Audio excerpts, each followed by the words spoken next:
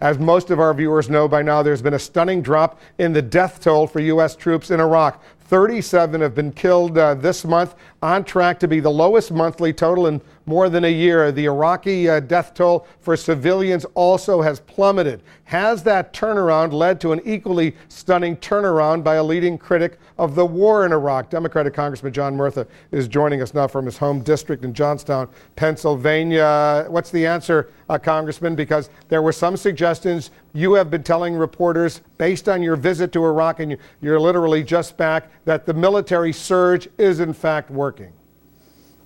Well, what I've been saying is mixed results from the surge, but I was inspired by the troops. I had Thanksgiving dinner with the troops, and they're making a terrible sacrifice and staggering cost to them and their families. Not only lives lost, but people who have been hurt and will pay a price for years to come. And of course, we'll have spent $455 billion. But the real key is not only are our troops doing well, but the Iraqis are finally starting to step up in the provinces. But still, the government, the central government, as the Iraqi leader said to, or as the American leader said to me, the thing that's the most concern to them of stability in Iraq is the fact that the central government is not doing its job. And I told President Malaki this. I told him, I said, let me just tell you something. The American public is impatient. We're spending $14 billion a month, and we have to see some results. You have to do something dramatic. And what's he do? He thumbs his nose at America, not even attending the Middle East Conference, which we had in Annapolis. He's not responding, and it's very frustrating. We can't win it militarily. It has to be won by the Iraqis, and they still are stubbing their nose at the United States. Because there's been a little commotion, as you know, Congressman, over the past 24 hours, that statements you're making now seem to be very, very different than what Nancy Pelosi and other leaders in the Congress are saying, and what you said earlier. I'm going to play a little clip, what you said back in April, what you said yesterday, and then I want you to clarify for our viewers what's going on. Listen to this.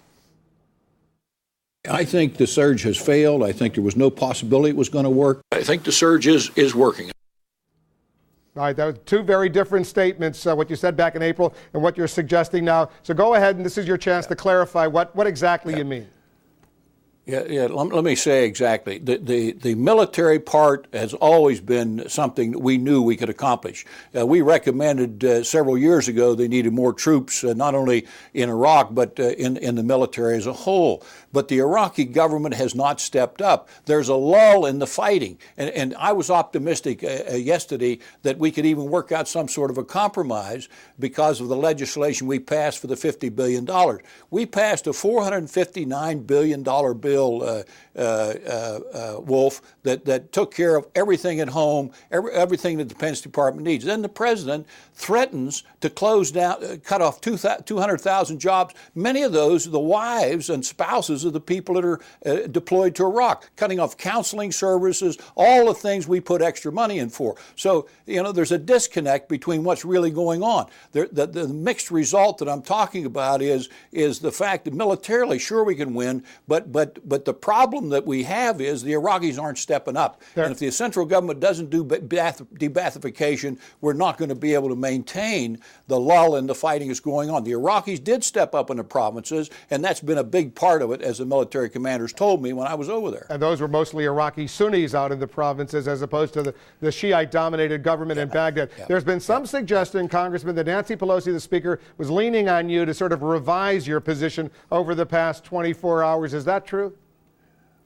No, I haven't talked to Nancy about it at all. I feel very strongly that militarily, I've said right along, there is no question about it militarily. The thing that disappointed me, after I said yesterday, after talking to General Lute in the White House, and I said to him, General, here's the things that aren't happening. He seemed to agree with that. Then the president comes out and says, we're going to lay off 200,000 people. And he said this after I had already talked. Well, that's distressing to me. He's threatening, he's using the family families of the military, holding them hostage to the amount of money we appropriated for the very things that he's talking about cutting off: child care, counseling, and of course keeping the bases open. In other words, he's saying we're going to close down the bases, the training bases and so forth. That's unacceptable to me. Here's what he said. Here's what he said, Congressman. I'll play a little clip of what the president said yesterday at the Pentagon after his meeting with the top military brass. Pentagon officials have warned Congress that the continued delay in funding our troops will soon begin to have a damaging impact on the operations of this department. All right, do you want to respond to the president? Yeah, let me tell you, we have appropriated $1 trillion in 1 year for the military. I voted for every cent, but we are not getting cooperation. We're not getting a plan. We sent a plan over. We said, look, we need no torture, and we passed it several times in Congress, that we need to be fully trained and fully equipped before you send them overseas into combat. And the third is we need a goal to get our troops out. We haven't got any kind of a plan from them. Until we get that plan, it won't be satisfactory. Congressman John Murtha, glad to have you back here from Iraq. Thanks very much for coming in. Nice talking to you, Wolf.